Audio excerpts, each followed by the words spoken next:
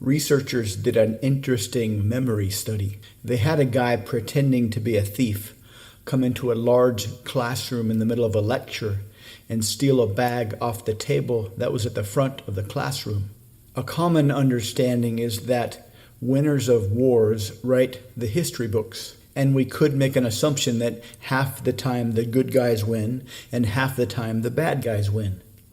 This would mean that half of human history is written by the bad guys, and these bad guys probably rewrote history to make themselves look like the good guys. A few therapists have been successfully sued for inadvertently implanting false memories in their patients. Somebody would come in to talk about some issues they're having. After a few weeks or months of talking about the problems, they would start to remember being sexually abused as a child.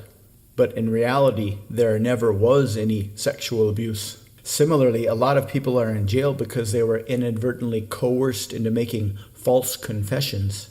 These confessions were made under significant duress. From a structural standpoint, it's not that much different from somebody who's not really assertive deciding to buy a product from a very charismatic and very strong-framed salesperson. It's very common to think that we know something, only to find evidence of the contrary. The Ash conformity study showed that what we think we know is heavily influenced by our social peers or social proof.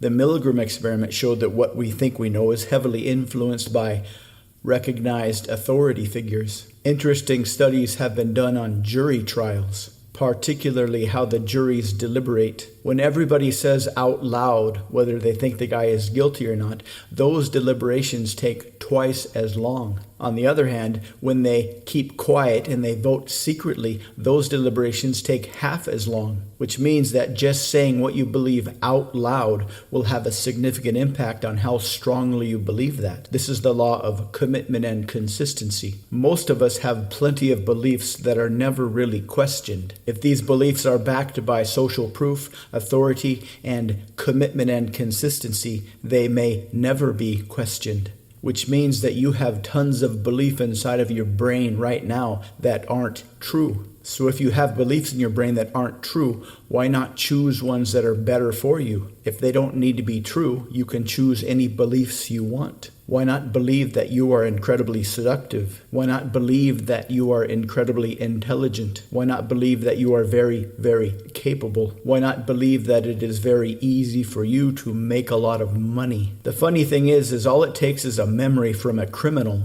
and that's enough to put him in jail for the rest of his life. But if all you have is a memory from a witness, that's not even enough to have a trial. I suppose, according to our criminal justice system, all memories are not created equal. If we assume that half of our human history is written by bad guys pretending to be good guys, how do we know which half? And it's probably equally true that the good guys rewrote history to make themselves look even better, which means that all of human history is made up. Later, after the pretend thief stole the bag from the front of the classroom, they asked all the students what he looked like. They all gave different answers, which is kind of strange considering the situation. The whole reason they were sitting in a college classroom was to look at the front of the class and remember what happened. And they did remember what happened. They just all remembered differently. Now here's a question for you. What did I just talk about?